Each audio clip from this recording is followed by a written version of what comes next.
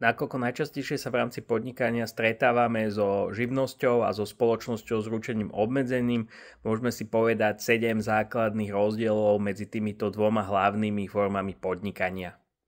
Prvým základným rozdielom je to, že fyzická osoba, ktorá podniká na základe živnostenského podnikania, sa považuje za podnikateľa.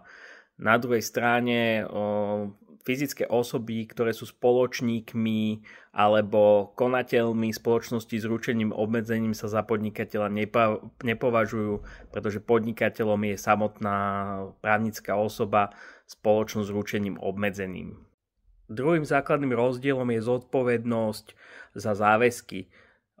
Fyzická osoba, živnostník, zodpovedá za záväzky celým svojim majetkom, právnická osoba a spoločnosť s ručením obmedzením tiež zodpovedá celým svojim majetkom za záväzky, avšak spoločník alebo konateľ spoločnosti s ručením obmedzením za záväzky ani nezodpovedá, ani neručí v prípade, ak spoločník zaplatil celý svoj vklad do základného imania.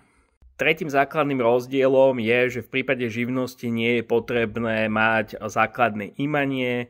V prípade spoločnosti ručením obmedzeným je minimálne základné imanie 5000 eur a v prípade, ak je tam viacero spoločníkov, tak na jedného spoločníka je to minimálne 750 eur. Ak má však spoločnosť len jedného spoločníka, tak musí zložiť základné imanie tento jeden vo výške 5000 eur.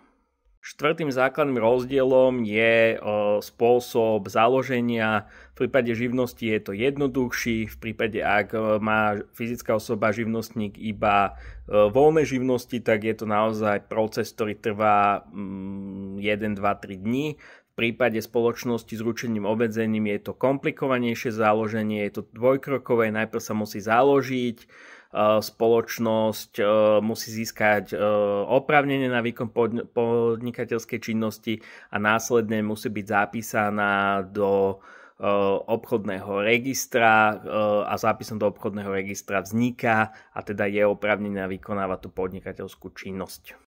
Piatým základným rozdielom je to, že v prípade živnosti je administratíva jednoduchšia ako v prípade spoločnosti s ručením obmedzeným.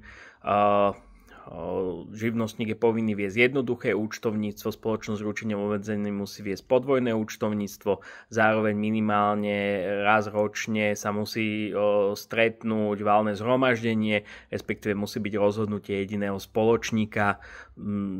Zároveň sú tam ďalšie administratívne povinnosti v rámci spoločnosti s ručením obmedzeným. Šiestym základným rozdielom sú rôzne daňové a odvodové povinnosti.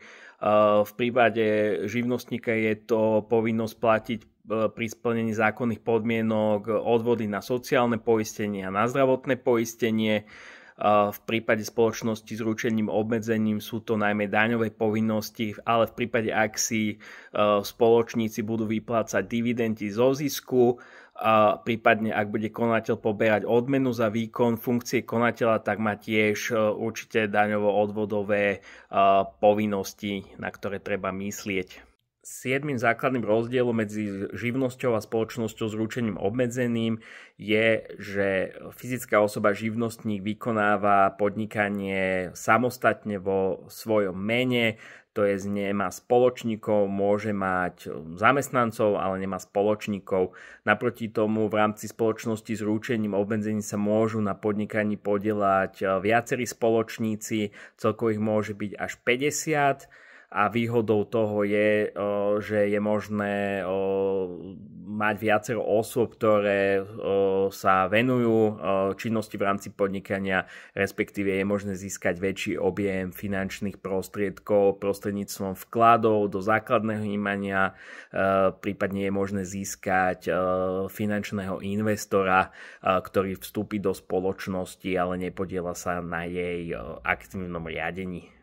Pokiaľ si nie ste istí, či je pre vaše budúce podnikanie vhodnejšia živnosť alebo spoločnosť s ručením obmedzeným, či iná právna forma, je vhodné sa obrátiť na odborníkov, napríklad na nás v rámci nášho projektu Ako na podnikanie. Radi vám s tým pomôžeme.